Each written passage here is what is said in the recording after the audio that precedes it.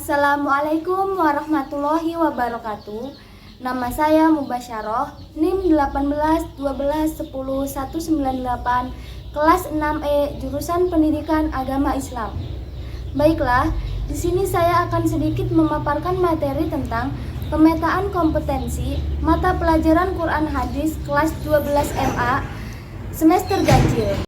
Pada bagian pertama yaitu mengorganisasikan peta kompetensi untuk satu semester, yang di dalamnya terdapat kompetensi inti, kompetensi dasar, dan standar kompetensi. Yang pertama, kompetensi inti. Kompetensi inti yang pertama yaitu menghayati dan mengamalkan ajaran agama yang dianutnya. Kompetensi inti yang kedua yaitu mengembangkan perilaku jujur, disiplin, tanggung jawab, sopan, ramah lingkungan, cinta damai, responsif, dan proaktif, dan menunjukkan sikap sebagai bagian dari solusi atas berbagai permasalahan bangsa dalam berinteraksi secara efektif dengan lingkungan, sosial, dan alam. Kompetensi inti yang ketiga yaitu memahami dan menerapkan pengetahuan faktual, konseptual, prosedural dengan ilmu pengetahuan teknologi, seni, budaya, dan humaniora dengan wawasan kemanusiaan, kebangsaan, kenegaraan, dan peradaban terkait fenomena dan kejadian. Kompetensi inti yang keempat yaitu mengolah, menalar, dan menyaji dalam ranah konkret dan ranah abstrak terkait dengan pengembangan dari yang dipelajarinya di sekolah secara mandiri dan menggunakan metode sesuai dengan kaidah keilmuan. Yang selanjutnya terdapat standar kompetensi. Standar kompetensi yang pertama yaitu memahami ayat-ayat Al-Quran dan hadis tentang pola hidup sederhana dan perintah menyantuni para duafa.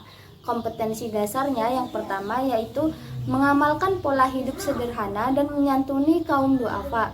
Yang kedua, menunjukkan perilaku sederhana dan gemar menyantuni duafa sebagai implementasi dari pemahaman surat Al-Furqan ayat 67, Al-Isra ayat 26-27 dan 29-30, Al-Baqarah ayat 177 dan Al-Qasas ayat 79-82, serta Al-Ma'un ayat 1-7.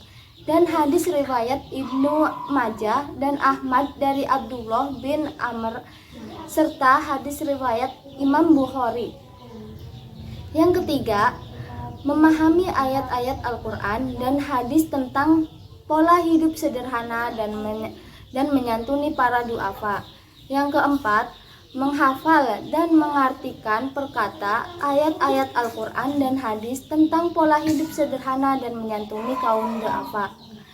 Standar kompetensi yang kedua yaitu memahami ayat-ayat Al-Quran dan hadis tentang ujian dan cobaan. Kompetensi dasarnya yang pertama yaitu menghayati nilai sabar dalam menghadapi ujian dan cobaan. Yang kedua, membiasakan perilaku sabar dalam menghadapi ujian dan memiliki sikap optimis sebagai implementasi dari pemahaman surat Al-Baqarah ayat 155-157. Yang ketiga, memahami ayat Al-Quran dan hadis tentang ujian dan cobaan. Yang keempat, mempresentasikan isi dan kandungan ayat Al-Quran dan hadis tentang ujian dan cobaan. Selanjutnya, standar kompetensi yang ketiga yaitu memahami ayat-ayat Al-Quran dan hadis tentang kelestarian lingkungan hidup. Kompetensi dasarnya yang pertama yaitu mengamalkan nilai-nilai yang terkait dengan kelestarian lingkungan hidup. Yang kedua, memiliki budaya menjaga kelestarian lingkungan hidup sebagai implementasi dari ayat-ayat Al-Quran dan hadis tentang kelestarian lingkungan. Yang ketiga, memahami ayat-ayat Al-Quran dan hadis tentang kelestarian lingkungan hidup. Yang keempat, menghafal dan mengartikan perkata dari ayat-ayat Al-Quran dan hadis tentang kelestarian lingkungan hidup.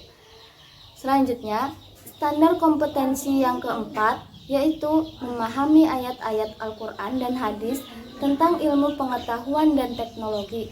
Standar kompetensinya yaitu yang pertama, bertindak dan berpikir secara ilmiah dan beragama. Yang kedua, menunjukkan perilaku dan cara berpikir ilmiah sebagai implementasi dari pemahaman terhadap ayat-ayat Al-Quran tentang ilmu pengetahuan dan teknologi. Yang ketiga, menganalisis ayat-ayat Al-Quran tentang ilmu pengetahuan dan teknologi. Yang keempat, mempresentasikan isi dan kandungan ayat Al-Quran dan hadis tentang ilmu pengetahuan dan teknologi. Pada bagian kedua yaitu menghasilkan konteks atau tema yang relevan. Yang pertama yaitu membudayakan hidup sederhana dan menyantuni kaum duafa yang terdapat dalam Quran Surat Al-Furqan ayat 67, Quran Al-Isra ayat 26-27, Quran Surat Al-Qasas ayat 29, ayat 79-82, Quran Surat Al-Baqarah ayat 177, serta hadis yang membahas tentang hidup sederhana dan menyantuni duafa. Yang kedua yaitu menghadapi cobaan dengan senyuman yang terdapat dalam Quran Surat Al-Baqarah ayat 155-157 dan Quran Surat Ali Imran ayat 186. Selanjutnya, menjaga kelestarian alam yang terdapat pada Quran Surat Ar-Rum ayat 41-42, Quran Surat Al-A'raf ayat 56-58, Quran Surat Shod ayat 27, Quran Surat Al-Furqan ayat 45-50, dan Quran Surat Al-Baqarah ayat 204-206.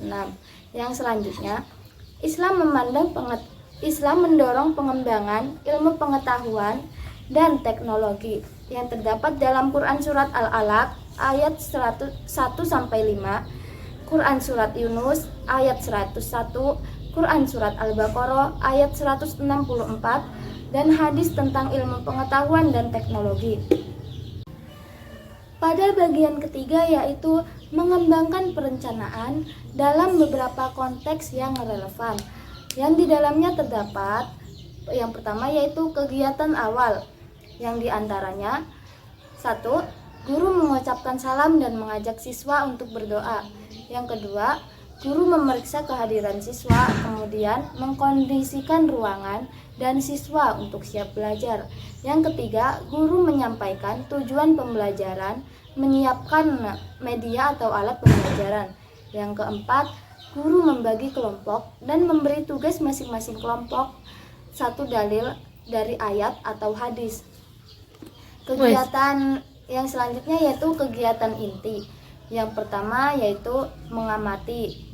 Mengamati dalam artian siswa mencermati ayat-ayat Al-Quran dan hadis mengenai materi yang diajarkan. Yang kedua, siswa menyimak ilustrasi singkat dari guru tentang materi yang diajarkan. Yang ketiga, siswa mencermati ilustrasi guru tentang materi yang diajarkan. Selanjutnya ada menanya ya, diantaranya yaitu yang pertama, mengajukan pertanyaan tentang makna dan kandungan ayat dan hadis dari materi yang diajarkan. Yang kedua, guru mempersilahkan peserta didik untuk menanyakan pengalaman, pengamatan, kesaksian yang berkaitan dengan materi yang diajarkan. Yang ketiga, mencatat pertanyaan-pertanyaan yang berkaitan dengan materi-materi yang diajarkan. Yang selanjutnya yaitu eksplorasi. Dalam eksplorasi ini berarti siswa melakukan diskusi kelas. Selanjutnya menalar. Dalam menalar yaitu merumuskan dan menganalisis kembali hasil temuan tentang materi yang diajarkan. Lalu mengkomunikasikan, yaitu 1. Memaparkan hasil kesimpulan yang telah dirumuskan yang berkaitan dengan Al-Quran dan hadis tentang materi yang diajarkan. Yang kedua, menyampaikan hasil belajar tentang materi yang diajarkan. Yang selanjutnya, kegiatan akhir. Yang pertama, guru memberikan penguatan materi ajar. Yang kedua, guru menyampaikan tugas yang dibawa pulang oleh peserta didik untuk pertemuan selanjutnya. Yang ketiga, guru menyampaikan sekilas tentang proses pembelajaran pada pertemuan selanjutnya. Yang terakhir, guru dan siswa membaca doa penutup majelis. Alokasi waktunya 2 kali 45 menit dalam satu pertemuan. Metode pembelajarannya menggunakan pendekatan saintifik. Model pembelajarannya menggunakan project based learning. Metode yang digunakan yaitu ceramah singkat, diskusi, tanya jawab, dan penugasan. Sumber belajarnya dari kitab Al-Quran dan kitab hadis, buku paket Al-Quran hadis MA kelas 12, buku sumber lain yang memadai, dan internet. Media dan alat pembelajarannya yang pertama yaitu video pembelajaran, komputer dan laptop, LCD proyektor, dan spidol. Penilaiannya diambil dari sikap yang mengikuti pembelajaran dan tepat waktu dalam mengumpulkan tugas. Yang kedua, penugasan tertulis dan penugasan. Bagian keempat yaitu mengembangkan ide-ide pembelajaran. Yang pertama yaitu membuat pembelajaran kreatif. Contohnya seperti membuat mind mapping. Yang kedua yaitu membuat pembelajaran aktif. Contohnya yaitu guru menyediakan forum diskusi untuk siswa agar mengungkapkan pemikiran-pemikiran mereka mengenai materi yang diajarkan. Yang terakhir yaitu membuat peta konsep mengenai materi-materi yang diajarkan. Baiklah, mungkin itu saja yang dapat saya sampaikan. Kurang dan lebihnya mohon maaf. Wassalamualaikum warahmatullahi wabarakatuh.